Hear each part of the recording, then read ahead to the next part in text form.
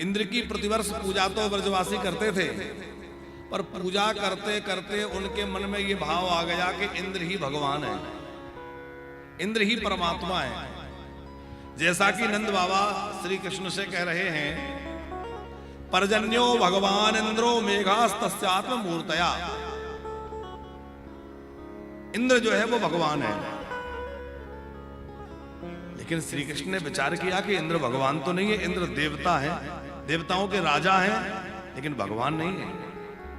देखो, भगवान में और देवताओं में अंतर है।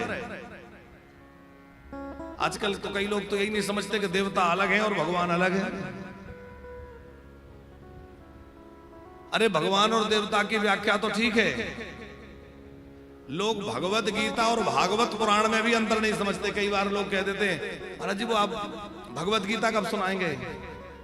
हमने कहा भगवत गीता नहीं, भागवत पुराण सुनाएंगे। तो भगवत गीता अलग है, जो भगवान श्री कृष्ण ने युद्ध के मैदान कुरुक्षेत्र में अर्जुन को सुनाया उपदेश, वह श्री महाभारत पुराण, महाभारत ग्रंथ में 18 अध्याय में है। तो वो गीता जी है, भगवान के मुख से निकली है, इसलिए श्रीमद् भगवत गीता। तो वो गीता जी हैं, उनमें भागवत नहीं, भगवत गीता, और ये है श्रीमद् भागवत। तो कई लोग अभिप्राय अर्थ नहीं समझते। देवता जो है, जैसे इंद्र है, वरुण है, चंद्र है, कुबेर है, ये सब देवता है। इन सब की सीमा आयु निर्धारित है, और भगवान तो अनादि है, अनंत है। भगवान सदा से थे, सदा तक हैं, सदा तक रहेंगे। अब इंद्र की पूजा करने में दिक्कत क्या है, परेशानी कहां है? शर्मा जी, ऐसा नियम है कि आप जिस देवता की पूजा करेंगे निष्ठापूर्वक, उसी के लोक की प्राप्ति होगी। इंद्र की उपासना कर रहे हैं, देवताओं की उपासना कर रहे हैं, तो आपको स्वर्ग मिलेगा। यदि आपने भूत प्रेतों की आराधना करी तो आपको भी भूत प्रेतों की ही योनि प्राप्त हो जाएगी। शिव जी की आराधना करने वाले को शिवलोक मिलेगा। भगवान नारायण की आराधना करने वाले को वैकुंठ प्राप्त होगा। श्री सीताराम जी की उपासना करने वाले को साकेत प्राप्त होगा। श्री कृष्ण की उपासना करने वाले को गोलोक प्राप्त होगा। तो ऐसे सबके अपने अपने धाम है ना। अब इंद्र की उपासना करने से स्वर्ग मिलेगा, और स्वर्ग में जो जाता है उसको एक दिन लौट के आना पड़ता है। स्वर्ग जाना बिल्कुल ऐसा समझिए जैसे आप विदेश घूमने जाएं और स्विट्जरलैंड वगैरह कहीं बढ़िया से देश में चले जाएं, खूब सारा पैसा लेकर गए और खूब बढ़िया बढ़िया जगह घूमे, खाया पिया मौज किया, लेकिन पैसा खत्म हो जाएगा तो लौटना पड़ेगा। वीजा खत्म, चलो अपने देश वापस, तुम्हारा इतने दिन का टाइम था, अब तुम्हारा टाइम खत्म हो गया, चलो। उसी प्रकार हम स्वर्ग जाएंगे तो स्वर्ग में जितने हमारे पुण्यों की पूंजी है, उस पुण्यों की पूंजी का भोग वहां करेंगे।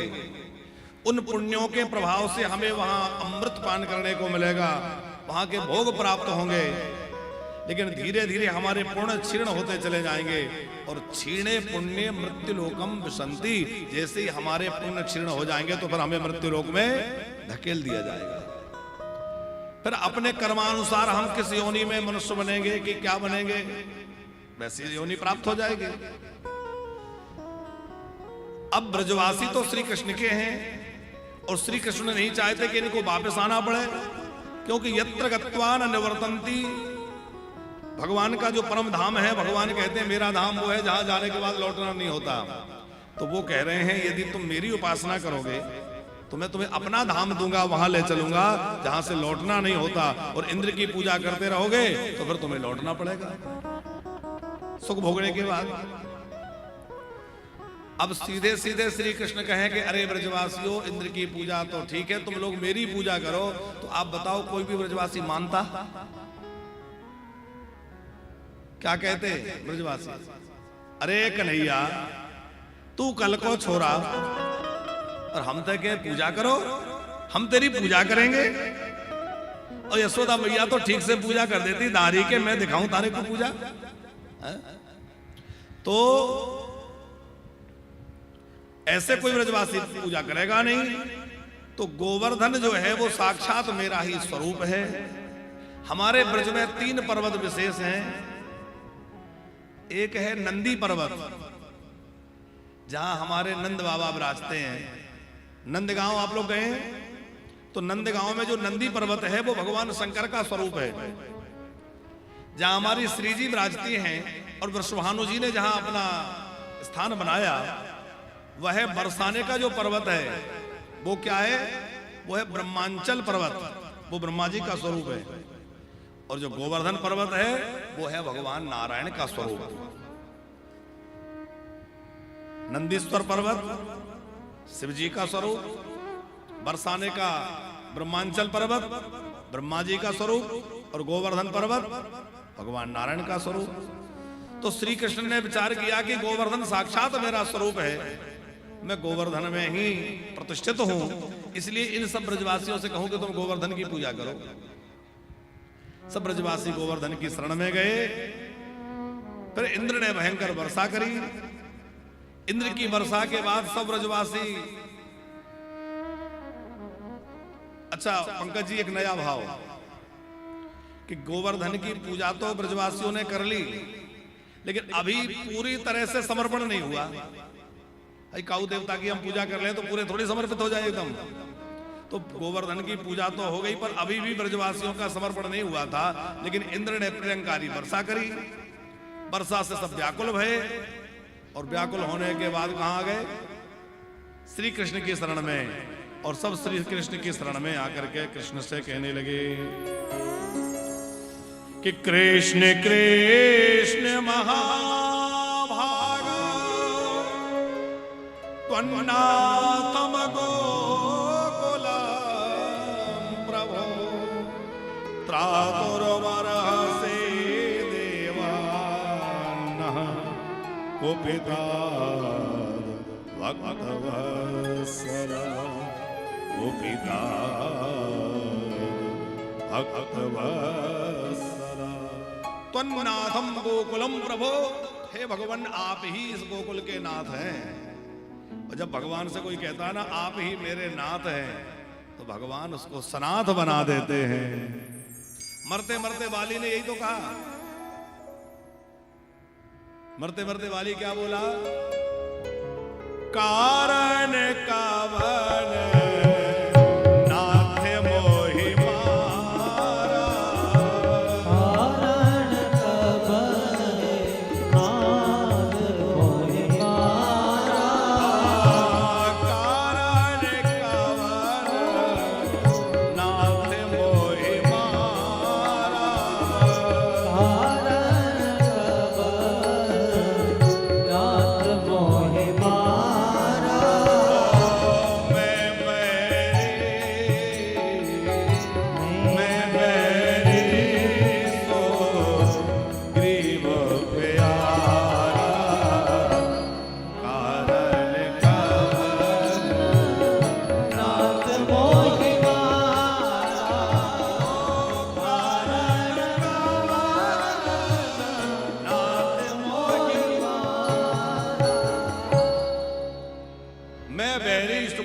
प्यारा कारण कवन नाथ। और जैसे ही नाथ शब्द कहा तो रघुनाथ जी जो है करुणा बरस पड़ी। बाली से कहा मैं तुम्हें अमर बना दूं, बताओ मैं तुम्हें क्या दे दूं? बाली बोला और कुछ नहीं चाहिए, अब बस आपका हाथ मिल गया कि आपके हाथ से मरण मिल रहा है और आपका दर्शन मिल रहा है। जिनका नाम मुख पर नहीं आता वो सामने खड़े हैं, अब मुझे और कुछ नहीं चाहिए।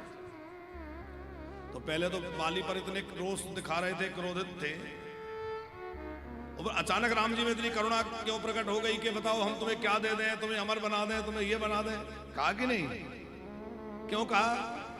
क्योंकि जैसे ही बाली ने कहा कि हे नाथ, तो नाथ शब्द सुनते ही भगवान प्रसन्न हो गए और कहने लगे मैं तुम्हें क्या करूं? प्रतिदिन हम लोग भी क्या करें, भगवान से कहे हे नाथ मैं आपका हूं, हे दीनानाथ, हे जगन्नाथ, हे रघुनाथ।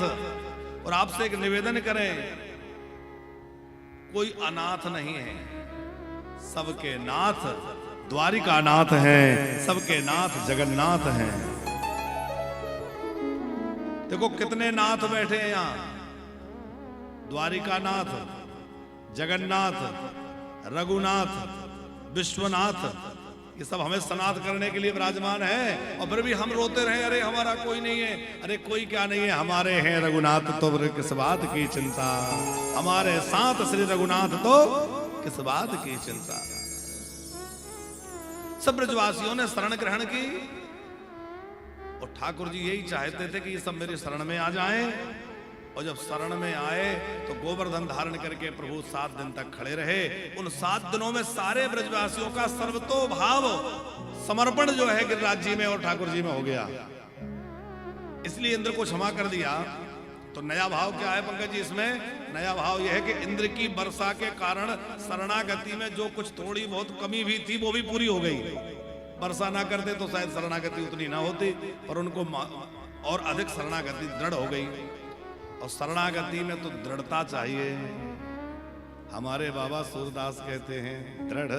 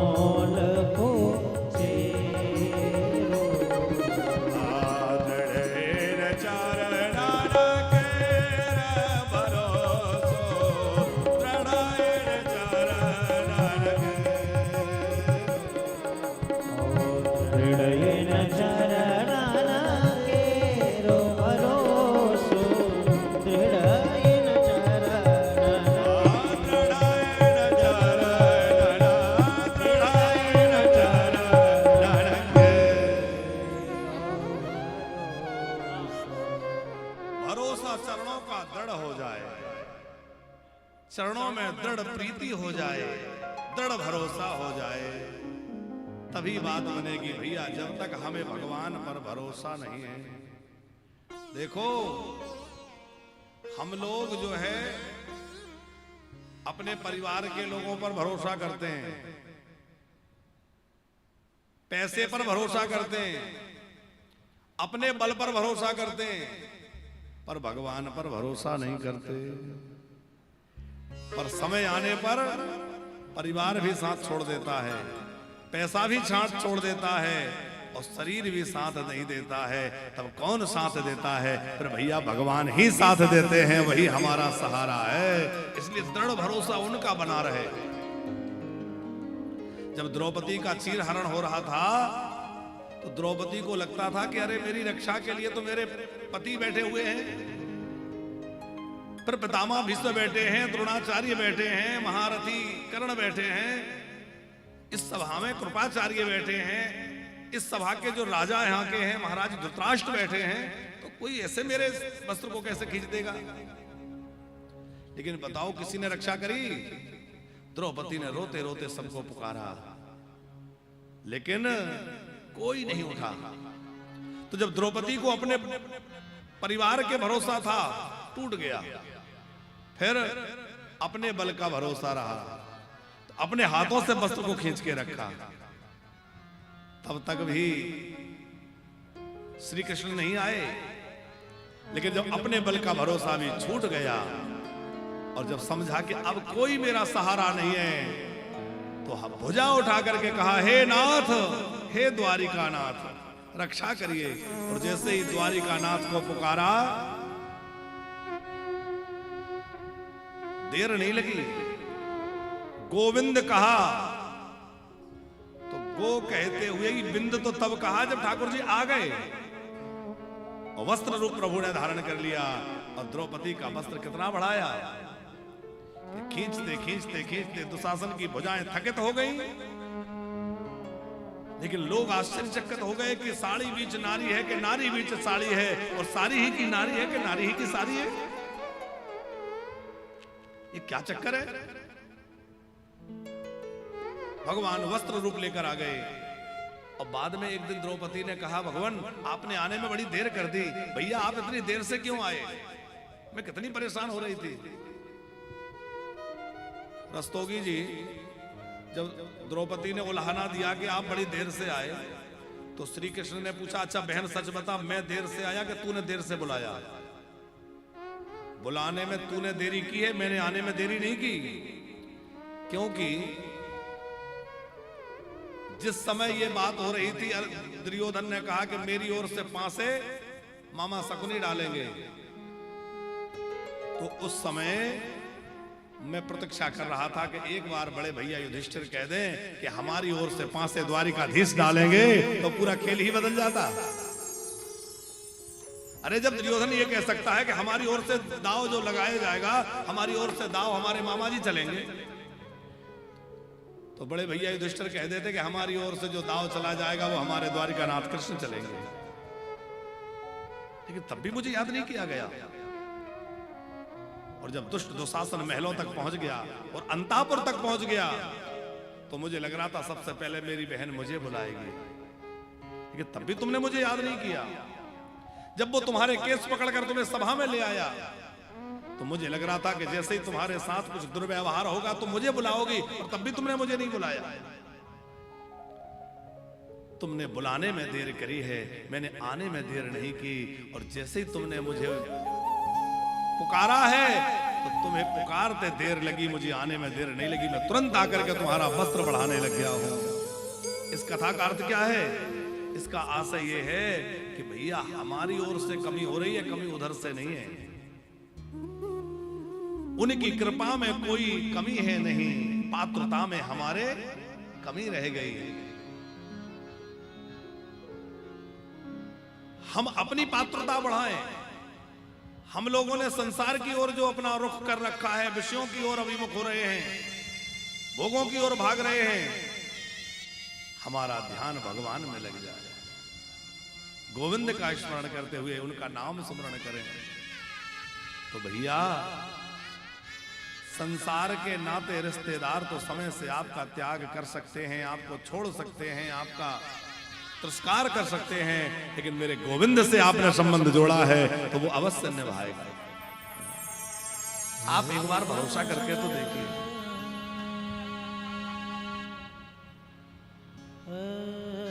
एक बार उस प्रभु का भरोसा करके देखिए। अपने जीवन का जो व्यवहार है, जो कुछ भी जिम्मेवारी है, उसके मालिक खुद मत बने रहिए, उसके मालिक अपने प्रभु को बना दीजिए। प्रभु मैं कुछ नहीं हूं, आप हैं, अब आप संभालिए। आप देखना अभी जीवन जो उलझा हुआ चल रहा है, जीवन में जो तमाम तरह की उठापटक चल रही है, खींचतान चल रही है, लगातार परेशानियां बढ़ रही हैं, जब हम ठाकुर जी के शरण में छोड़ देंगे तो हम निश्चिंत हो जाएंगे। सारी जिम्मेवारी प्रभु की होगी, हम निश्चिंत हो जाएंगे। पर हमें भरोसा कहां है? हम तो अपने आप मालिक बने बैठे हैं, हम तो अपने आप सब कुछ कर रहे हैं। नहीं, मेरे प्रभु बड़े दयालु हैं। हम अपना सब कुछ उनको मान करके उनके आश्रय में लग जाएं। अब सब ब्रजवासियों ने कहा, हे कृष्ण तुन्नाथम गोकुलम प्रभो, आप ही हमारे नाथ हैं। तो श्री कृष्ण ने कहा निश्चिंत हो जाओ। और गोवर्धन धारण करके प्रभु ने सब ब्रजवासियों की रक्षा करी। 7 दिन 7 रात्रि तक वर्षा हुई। और एक संत बड़ा अच्छा भाव दे रहे थे पंकज जी कि इंद्र तो एक दिन में ही समझ गया कि ये परमात्मा है। इतना बड़ा पर्वत कोई साधारण बच्चा तो नहीं उठा सकता। तो इंद्र तो एक दिन में ही समझ गया और वो अपने अब मेघों को बुला रहा था वापस। श्री कृष्ण ने कहा खबरदार, अब वापस बुलाया तो अब बरसने दो। क्यों? बोले ऐसी झांकी कहां उपस्थित होगी। मैं गैयाओं में चला जाता हूं तो ग्वाल तो साथ में रहते हैं, पर गोपियां मेरे दर्शन के लिए लालायित रहती हैं। मेरी मैया यशोदा मुझे बाट निहारती रहती है। मैं महल में चला जाऊं तो ग्वाल मुझे ढूंढते रहते हैं। मैं गोपियों के पास चला जाऊं तो बाबा ढूंढते रहते हैं। तो सब लोग एक साथ नहीं मिल पाते। लेकिन यह एक ऐसा दिव्य स्वरूप प्रकट हो गया है, ऐसी दिव्य झांकी कि सबको एक साथ दर्शन हो रहा है। ग्वाले भी हैं, गोपियां भी हैं, गैया भी हैं, मैया भी है, बाबा भी है, सबको दर्शन हो रहा है। और बड़ी विचित्र बात यह है कि सबको ऐसा दर्शन हो रहा है मानो कन्हैया हमारी ओर ही देख रहे हैं। सबको क्या लग रहा है? श्री कृष्ण हमें देख रहे हैं, मेरी ओर देख रहे हैं, ऐसा सबको अनुभव हो रहा है। और यही भक्त का भाव होना चाहिए। भगवान हजार आंखों से हमारी ओर देख रहे हैं साहब, वो हमारी ओर ही तो देख रहे हैं। निरंतर उनकी आंखें हमारी ओर ही तो लगी हैं। इंद्र से कहा कि अब बरसने दो, अब चलने दो, ये बहुत बढ़िया दृश्य है। 7 दिन 7 रात्रि तक वर्षा हुई। इंद्र ने क्षमा मांगी, प्रभु ने इंद्र को क्षमा किया है। और उसके बाद ब्रजवासियों ने बड़े निष्ठापूर्वक एकादशी व्रत किया। प्रतिवर्ष जो है इंद्र की पूजा ब्रजवासी तो करते ही हैं। यही राग चल रहा है। प्रतिवर्ष जो है इंद्र की पूजा तो करते ही हैं, लेकिन एकादशी व्रत भी निष्ठा से ब्रजवासी करते हैं। ब्रजवासियों ने एकादशी का व्रत किया। एकादश्याम निराहारा समभ्यर्च जनार्दनम स्नातुम नंदस्तु कालिंद्या द्वादश्याम जलमाविशत। कार्तिक शुक्ल एकादशी का समय था और उस दिन सब ब्रजवासियों ने व्रत किया। इस लीला में वरुण के सेवक नंद बाबा को पकड़ ले गए, वो कथा है। अब हम इस कथा में ज्यादा समय ना देकर सीधा महाराष्ट्र में चले। देखो श्रीमद् भागवत में सभी प्रसंग अद्भुत हैं। पूरा भागवत भगवान कृष्ण का स्वरूप है, पर जो 10वां स्कंद है वो तो श्री कृष्ण का हृदय है। उस 10वें स्कंद में भी जो रास की कथा के 5 अध्याय हैं उनको बोलते हैं रास पंचाध्यायी। वो श्री कृष्ण के मुख्य 5 प्राण हैं। उसमें भी जो गोपी गीत है वह तो श्री कृष्ण का मुख्य प्राण है। हम आपसे प्रार्थना करें हो सके तो नित्य प्रति गोपी गीत के पाठ का नियम बनाइए। और महारास की कथा की फलश्रुति लिखी है कि महारास की कथा सुनने से हृदय रोग समाप्त हो जाते हैं। हृदय रोग क्या है? हृदय का रोग। हृदय का रोग समाप्त होने का मतलब है काम। सबसे बड़ा रोग है काम का। काम विकार नष्ट हो जाता है, दुर्वासनाएं दुर्भावनाएं समाप्त हो जाती हैं। और जो रास रस में निमग्न हो जाता है भैया, वह तो फिर आनंद से डूबने लगता है। रास का रस कैसा है? जैसे चाशनी होती है ना, माताएं जलेबी बनाती हैं, खूब बढ़िया जलेबी बनाई तो चाशनी में ना छोड़े तो मीठी लगेगी, अच्छी नहीं लगेगी ना। हमारा जीवन जो है अच्छा है, बहुत अच्छा है, लेकिन इसको रास जैसे रस में जब डुबा देते हैं तो ये रसीला हो जाता है। इस स्वाद इसका अलग ही निराला हो जाता है। ये रास का मतलब कोई नाच गाना नहीं है, ये कोई स्त्री पुरुष का मिलन या नायक नायिका का नाटक नहीं है। ये जीव और ब्रह्म का मिलन है। जीव आत्मा और परमात्मा का जो विशुद्ध मिलन है उसी का नाम रास है। जीव का परमात्मा के साथ जो विलास है उसका नाम रास है। और जो गोपियां हैं वो कौन है? आप लोग जानते हैं, कथाओं में कई बार सुना है कि गोपियां कोई साधारण स्त्रियां नहीं है, वो कोई सामान्य महिलाएं नहीं है। कौन है? बोले बड़े बड़े ऋषि मुनि तपस्वी साधना कर करके, भजन कर करके, तपस्या कर करके और गोपी भाव को प्राप्त किए हैं।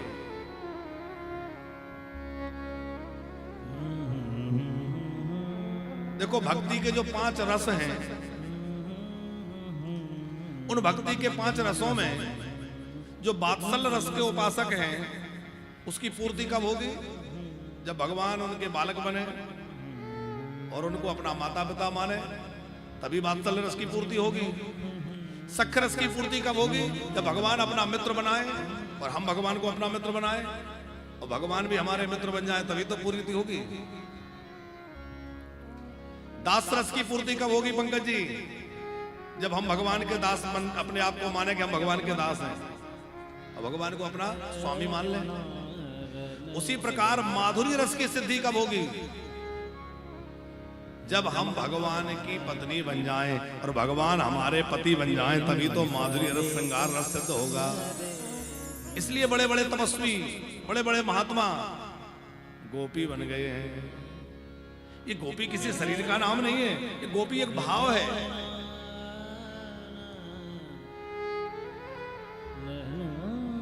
गोवी ही इंद्रिय ही भक्ति रसम तवति इति गोपी। जो अपने प्रत्येक इंद्रिय से श्री कृष्ण रस का पान करे वह जीव गोपी है। ऐसी उन गोपियों के लिए श्री कृष्ण ने मिलने का निश्चय किया। कौन सी गोपियों के लिए? जो तन्मयता पूर्वक निरंतर श्री कृष्ण के चिंतन में, मनन में, श्रवण में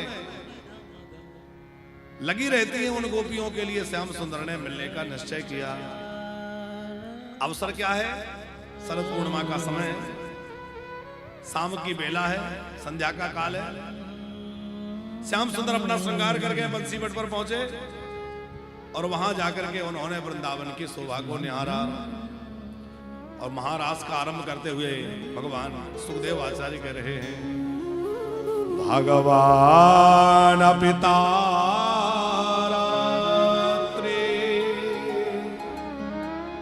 भगवान पिता रात्रे शरदोत पुल्ल मल्लिका वीक्षरन्तु मनश्चक्रे योग माया मुपा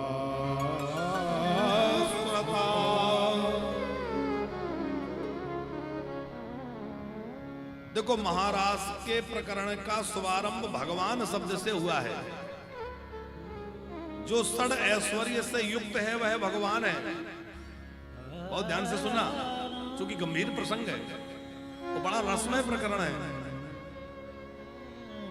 षड ऐश्वर्य माने समग्र ऐश्वर्य, समग्र श्री, समग्र वैराग्य, इनसे जो युक्त है वह ईश्वर है, वह भगवान है। ईश्वर की परिभाषा तो वेदांत कहता है, कर्तुम अकर्तुम अन्यथा कर्तुम समर्था सा ईश्वरा।